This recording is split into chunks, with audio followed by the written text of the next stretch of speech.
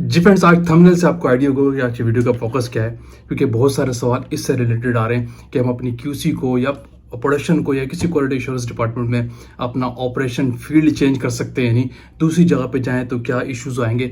यहाँ ये इश्यूज हैं। तो आज की वीडियो का फोकस ये है कि क्यूसी से रिलेटेड बता रहा हूँ कि क्यों आप क्यूसी में सर्वाइव नहीं कर पाते और कैसे आप क्यूसी में सक्सीड कर सकते हैं। कोई आपको नहीं रोक पाएगा। कोई बड़े इंपॉर्टेंट पॉइंट्स है, ये अपने अंदर डाल लें। मैं बार बार ऐसी चीज़ें कहता हूँ कि ये वो चीज़ें जो आपको क्यूसी में एक्सपर्ट करती है, क्यूसी में सर्वाइवल में आपको हेल्प आउट करती है और कोई आपको सक्सीड होने से नहीं रोकता। तो आगे चलने से पहले आप देखें मेरे चैनल वॉइस ऑफ ज्ञानी और मैं सफदर खान ज्ञानी। देखिए मैं सबसे बड़ी इंपॉर्टेंट चीज़ जो है जो आपको सक्सेस में आपको हेल्पफुल रहेगी वो है एक्सपर्ट इन क्यूसी टेस्टिंग। अगर आप 4 साल 5 साल 3 साल 2 साल के एक्सपीरियंस लेवल पे या आपका क्यूसी में वो लेवल है कि आपको अभी भी टेस्टिंग करनी पड़ती है, तो ये बात याद रखें आपको टेस्टिंग में एक्सपर्ट होना पड़ेगा।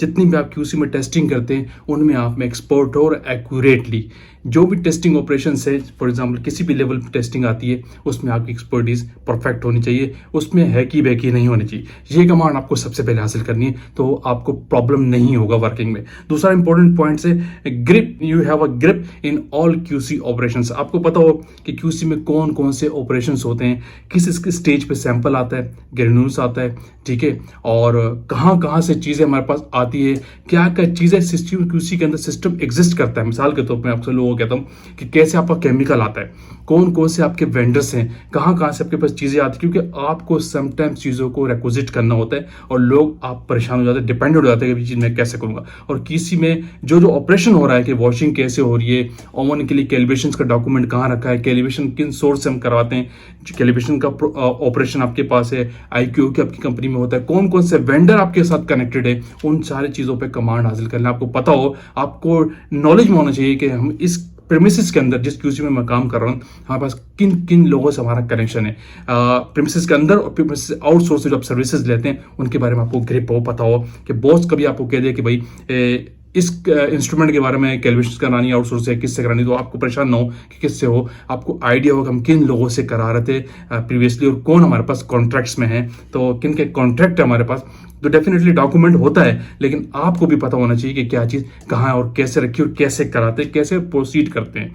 तो इस चीज़ पे भी आपको ग्रिप होना है कि क्यूसी में कितने कितने ऑपरेशन होते हैं, क्या क्या चीज़ें हो रही होती, उनको भी आपका मान है अपने एक्सपर्टीज में रखें। तीसरी बड़ी इंपॉर्टेंट चीज़ है, ये बहुत इंपॉर्टेंट चीज़ है, लोग इस पे वो वैल्यू नहीं देते, हालांकि ये सबसे इंपॉर्टेंट चीज़ है। अगर आपका 3 साल 4 साल या 5 साल वाला लेवल है, अगर आप टेस्टिंग करते हैं, वो इंपॉर्टेंट चीज़ है कि expert in QC release system.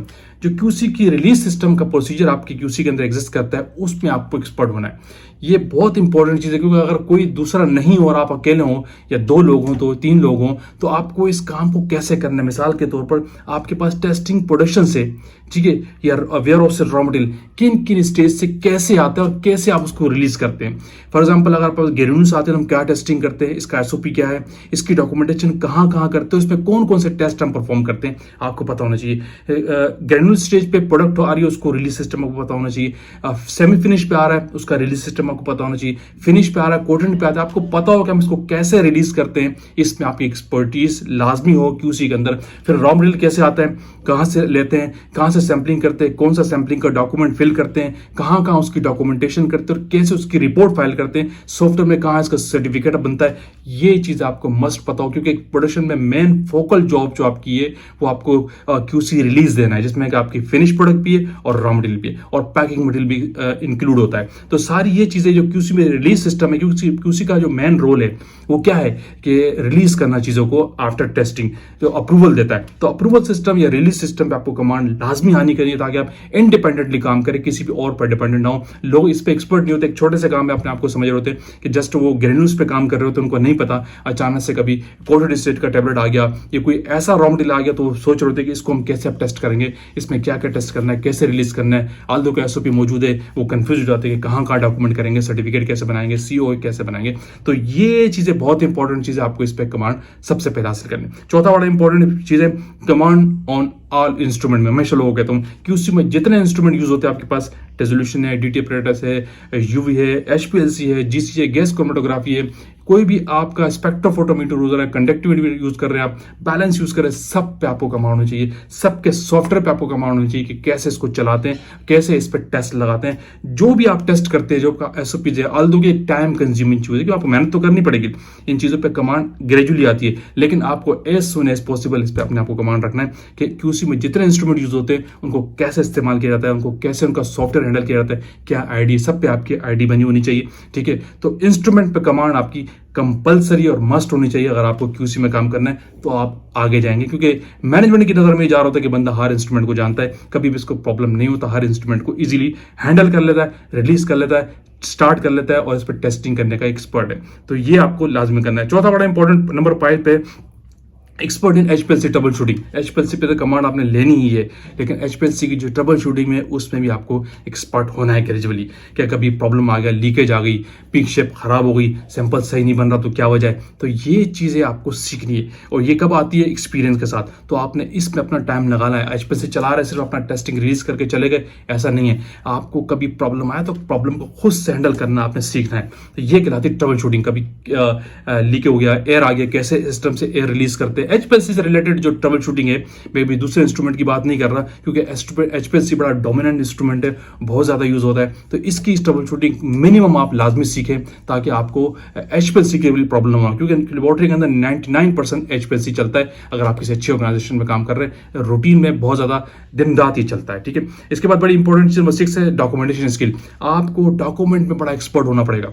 आपकी डॉक्यूमेंटेशन ऐसी हो, जब आपकी रिपोर्ट, आपका रॉ डेटा बॉस की टेबल पे जाए तो कोई उसमें ओवर राइटिंग नहीं होनी चाहिए, कोई उसमें हैकी बैकी नहीं होनी चाहिए, कोई ऐसी चीज ना हो कि आपने पेस्टिंग की हुई है, उस पर सिग्नेचर मिसिंग है। आपको पता हो कि मुझे कैसे डॉक्यूमेंट करना है, कहाँ डेट लिखनी है, कहाँ सिग्नेचर करना है, रिलीज में किस तरह किसकी पहले डेट आती है, कैसे इस चीज को काउंटर करना है, 6I प्रिंसिपल को अप्लाई करना है। आपको as per GDP good documentation जो प्रैक्टिसेस होती है उसके तहत अपने आप को एक्सपर्ट करना है।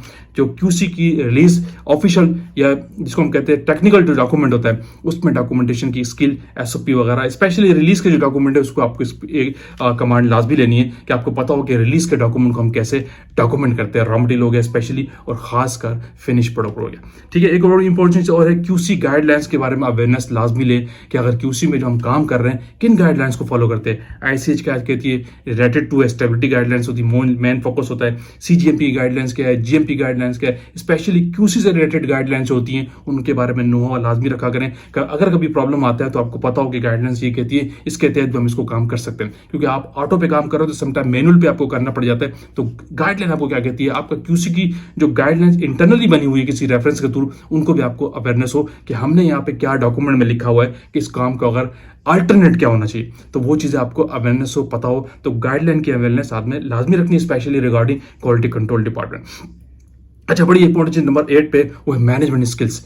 ये बहुत इंपॉर्टेंट चीज है। एक तो आप में काम के साथ जो आप क्यूसी में रूटीन में काम कर रहे हैं उस पर मैनेजमेंट आप हो, मैनेज करना जानते हो अपने काम को, कि 1 घंटे का काम 4 घंटे में न करते हो, जो टाइम पे काम हो उसी पे आप उसको मैनेज कर जाना जानते हो, ताकि उसको टाइमली आप उसकी रिपोर्ट दे सकें। कोई आपको टास्क मिलता है उसको मैनेज करने की स्किल आपके पास होनी चाहिए। दूसरा कि अगर कभी कोई ऐसा प्रोजेक्ट आपको मिल जाए जिससे आप दूसरों से काम कराना हो, तो उस केस में आप कैसे मैनेज करेंगे, कौन सा काम किसको देना है, किस पर्सन से मुझे क्या काम लेना है, ये स्किल भी आपने अपने अंदर रखनी है। कम से कम 5 साल के एक्सपीरियंस के लोगों के अंदर ये चीज होनी चाहिए। यही वजह होती है कि वो लोग परेशान होते हैं कि हमने अकेले कैसे काम करना है। जब आप इंडिपेंडेंटली होंगे ना सारे कामों में, चीजें आपकी फिंगर टिप्स पे होंगी, तो कोई भी आपको प्रॉब्लम नहीं कर सकता। ठीक है, आप इजीली अपने काम में एक्सपर्ट होते हैं। मैनेजमेंट आपको एक एक चीज नोट कर रही होती है। तो मैनेजमेंट स्किल आपने अपने काम के लिहाज से अंदर मिलानी है। अगर दूसरों से किसी लीडिंग पोजीशन में काम लेना पड़ जाए तो उसको कैसे मैनेज करना है, प्रोजेक्ट्स पे को, तो इसमें भी आपको एक्सपर्ट होना पड़ेगा। एक और बड़ी इंपॉर्टेंट चीज है जिसकी वजह से लोगों के सवाल आ रहे थे कि हम डिपार्टमेंट छोड़ दें, प्रेशर वाला केस है कि बहुत प्रेशर हमें दिया जाता है। देखिए, क्यूसी में ऐसी जॉब है, फार्मास्यूटिकल की ऐसी जॉब है कि आपको प्रेशर मिलेगा हर तरफ।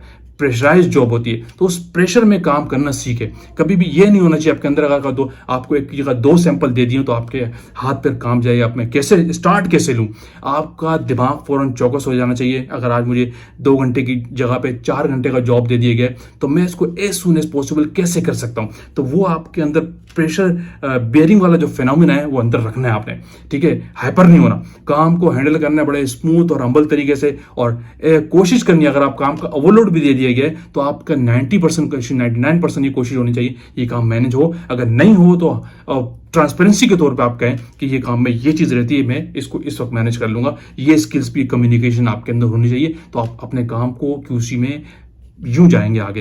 ये मैं हमेशा याद रखिएगा। अच्छा, एक चीज़ बड़ी इंपॉर्टेंट, आखिरी 10वीं बात बता रहा हूँ। वैसे इस टॉपिक पर रिलेटेड बहुत सारी बातें, लेकिन मैंने वो बातें निकाले जो लोग 4 साल 3 साल 5 साल के एक्सपीरियंस है, जो किसी में परेशान होते, उनके अंदर ये चीज़ें लाजमी होनी चाहिए। नंबर 10 पॉइंट है वो एटीट्यूड और बिहेवियर। अच्छा, एटीट्यूड ऐसी चीज़ है मैं अक्सर लोगों को कहता हूँ, अगर ये आपके अंदर नहीं है, सारी चीज़ों में एक्सपर्ट भी क्यों ना हो गए आप, तो आप मैनेजमेंट के नज़र अच्छे नहीं होंगे, आप फिर तो आगे जा ही नहीं सकेंगे। याद रखिएगा, एटीट्यूड आपका पॉजिटिव हो, और पॉजिटिव किस सेंस में कि आपके सराउंडिंग में कोलीग के साथ, देखिए हर जगह पे अच्छे बुरे लोग आपको मिलेंगे जो आपके काम में हर्डल्स डालेंगे, सक्सीड होने में आपको प्रॉब्लम करेंगे, लेकिन उनसे आपने मैनेज करना है। ये आपका पॉजिटिव एटीट्यूड होगा।